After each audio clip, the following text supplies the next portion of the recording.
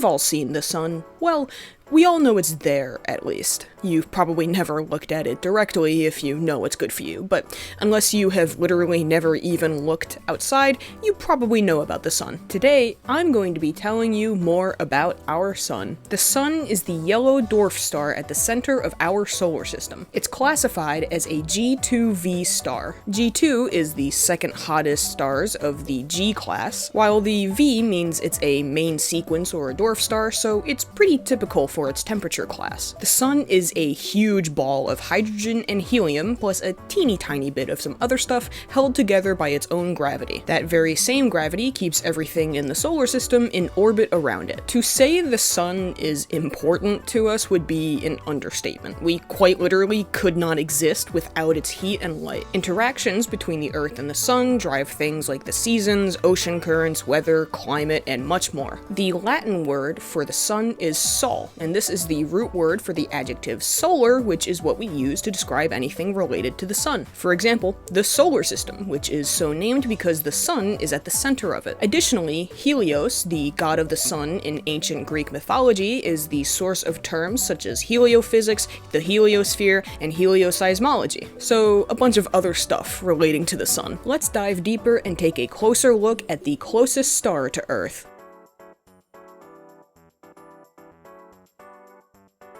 The sun is estimated to be about 4.5 billion years old. It was probably the first thing in the solar system to form, with everything else coming together after it. The sun is located about 93 million miles away from Earth. The distance between the Earth and the sun is referred to as an astronomical unit, or AU. Light takes, on average, about 8 minutes and 19 seconds to cross this distance. At 865,000 miles in diameter, the sun is the largest thing in the solar system.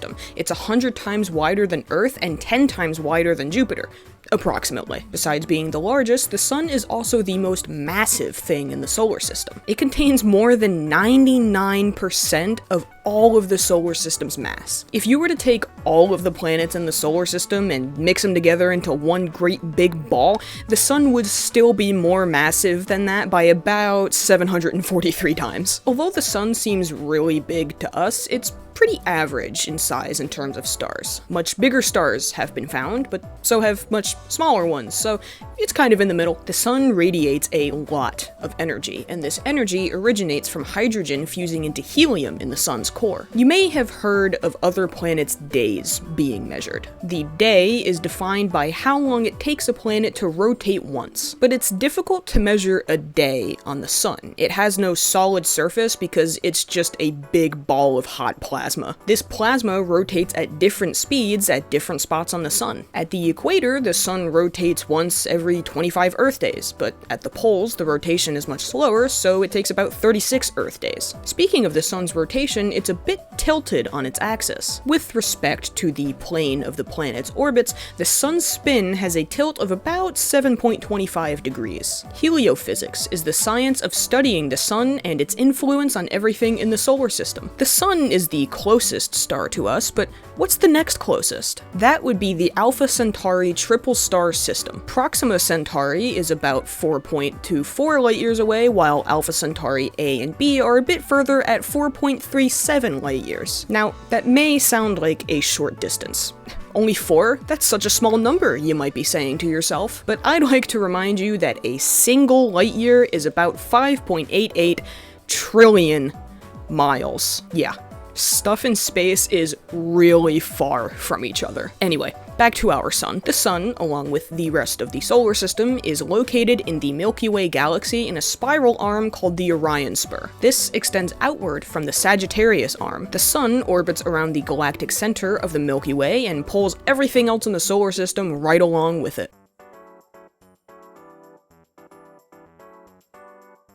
The origin of the sun has been spelled out in something called the nebular hypothesis. This is the most widely accepted explanation for the birth of our solar system. So, according to the nebular hypothesis, about 4.6 billion years ago, the sun formed from a spinning cloud of gas and dust called the solar nebula. As this nebula collapsed under its own gravity, it flattened into a disk. Most of the nebula's material was pulled to the center and formed the sun. The majority of the remaining material material formed the planets and other objects in the solar system, and the tiny bit of leftover gas and dust was blown away by the young sun's early solar wind. The cloud of gas and dust, or the solar nebula, is believed to have been affected by a nearby supernova, which is what caused it to collapse in the first place. I wonder if the remnant of that supernova is still around, and if we could ever find it. Because of the way it formed, the sun was surrounded by a disk of gas and dust in its early history. Some of that still remains as several dust rings around the sun. That's pretty cool, I think. The birth of our star resulted from the death of another. How awesome is that?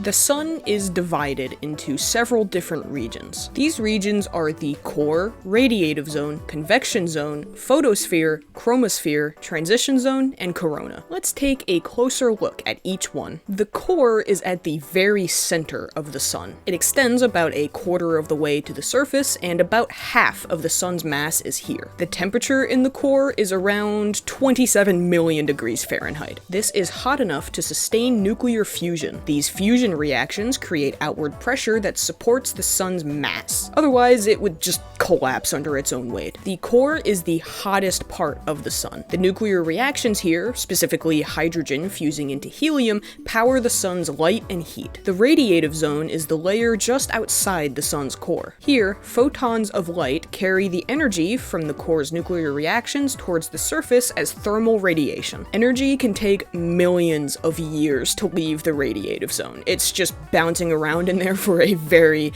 very long time. At the bottom of the radiative zone, closer to the core, temperatures are much hotter. But at the top, the temperatures have cooled to around 4 million degrees Fahrenheit. The convection zone is the outermost region of the sun's interior. It extends from the radiative zone towards the surface of the sun. Here, expanding hot plasma carries energy to the surface. At the top of the convection zone, the plasma cools to a bit over 10,000 degrees Fahrenheit. As it cools, it becomes denser and sinks to the bottom of the convection zone, where it's heated again and rises back up. Energy flows through these convection currents, which appear as granules on the visible surface of the sun. The photosphere is the surface of the sun. I use the word surface lightly because, unlike planets such as Earth and Mars, the sun has no solid surface. The photosphere is about 62 miles thick. It's much cooler than the core at 10,000 degrees Fahrenheit, but if you tried to go there, you would still die. You would definitely be dead. The word photosphere means light sphere, which is pretty accurate because this is the part of the sun that gives off the most light. It's what we're most often able to see from Earth. The photosphere is the first layer of the sun's atmosphere. From here, most of the sun's radiation escapes outward into space. The chromosphere is a lower region of the sun's atmosphere. It's named after the Greek root chroma, which means color. It acts as a thin layer of plasma between the photosphere and the corona. The chromosphere isn't usually visible. It does give off light, but the photosphere usually outshines it. However, it can be viewed during a total solar eclipse as little bits of red at the edges. A lot of solar phenomena originate from the chromosphere. At first, the chromosphere cools further from the surface, but as it approaches the corona,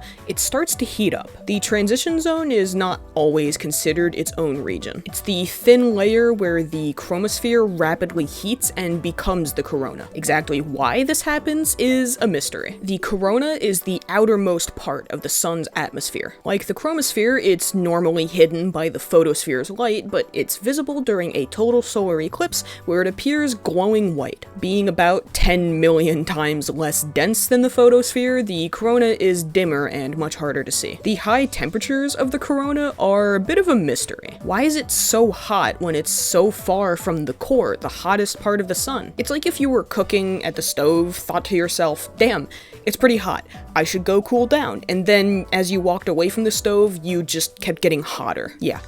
It's pretty weird. Multiple features can be seen in the corona, such as streamers, loops, and plumes. These features are caused by magnetic fields from the surface interacting with charged particles in the corona. The source of solar wind, the corona extends far into space.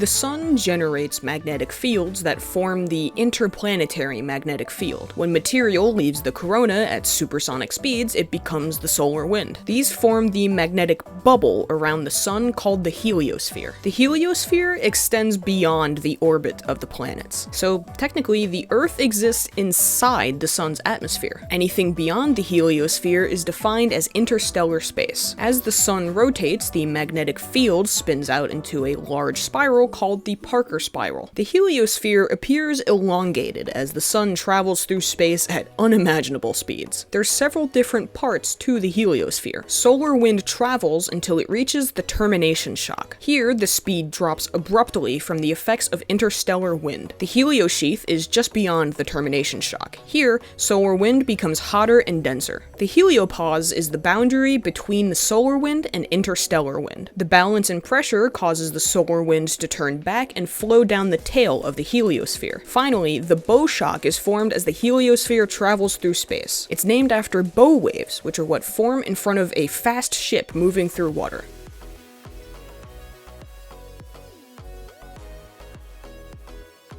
The sun goes through phases of high and low activity. These cycles are approximately 11 years long, but can be as short as 8 or as long as 14. The solar cycle is driven by the sun's magnetic field, and it's indicated by the frequency and intensity of sunspots on the surface. The current solar cycle began in December of 2019, and a solar maximum is predicted for as early as 2024. Every 11 years or so, the sun's magnetic field flips. This means the north and south magnetic poles swap. This happens on Earth too, but it takes hundreds of thousands of years rather than just a decade. The changes in the sun's magnetic field affect the amount of activity on the surface. A sunspot is a region of extremely strong magnetic field found on the sun's surface. It's darker and cooler than the surrounding area, and they're caused by disturbances in the magnetic field. For example, the poles swapping because I don't know, I guess they just think it's funny. Solar maximum is the height of the sun's activity cycle, while solar minimum is, unsurprisingly, the exact opposite. The peak of sunspot activity, where a lot of sunspots can be seen, coincides with solar maximum. During solar minimum, however, there's a hiatus, where it's sometimes possible to see no sunspots at all. There are a few ways the heightened solar activity can affect Earth. For one, there's the auroras, or the northern lights. With so much activity, more energetic particles from the sun crash into the Earth's atmosphere and interact with it. This causes stronger auroras that can be visible further from the Earth's poles. Also, large solar flares can lead to radio blackouts. Solar radiation storms pose a threat to astronauts and Earth-orbiting spacecraft. And giant CMEs, or coronal mass ejections, can cause major blackouts by inducing currents in electrical systems. Ever heard of the Carrington event? Yeah, that was probably because of a CME. These things are no joke. The solar cycle was discovered by amateur astronomer Heinrich Schwab during his observations of the sun between 1826 and 1843. He noticed sunspot activity changed over a period of about 11 years. He also determined the sun rotates once every 27 days, which wasn't exactly wrong, but wasn't exactly right either, since the sun rotates at different speeds depending on where you look.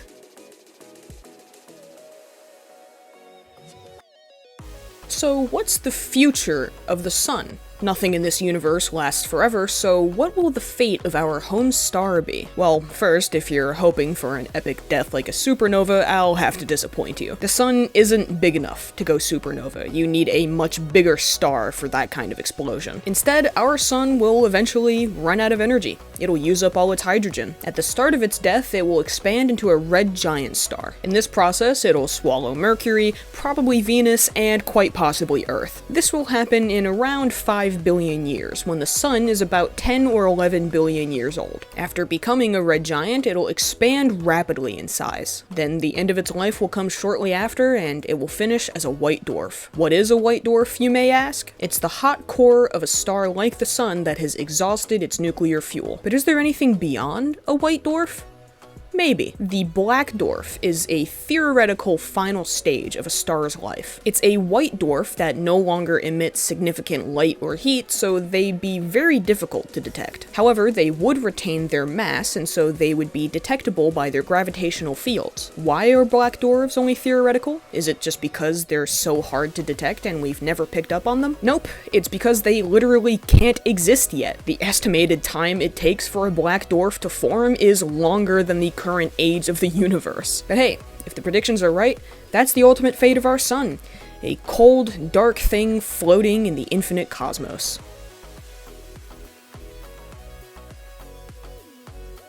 The sun is very, very cool. Well, no, actually, it's very hot. But still very cool. Without the sun, we wouldn't have life on Earth. We'd all be dead. Well, actually, it's more accurate to say we never would have existed in the first place. Basically, I love the sun. Don't stare at it though, that'll really hurt your eyes, and remember to wear sunscreen if you're going to be outside for a while. If you've stuck around this long, thanks.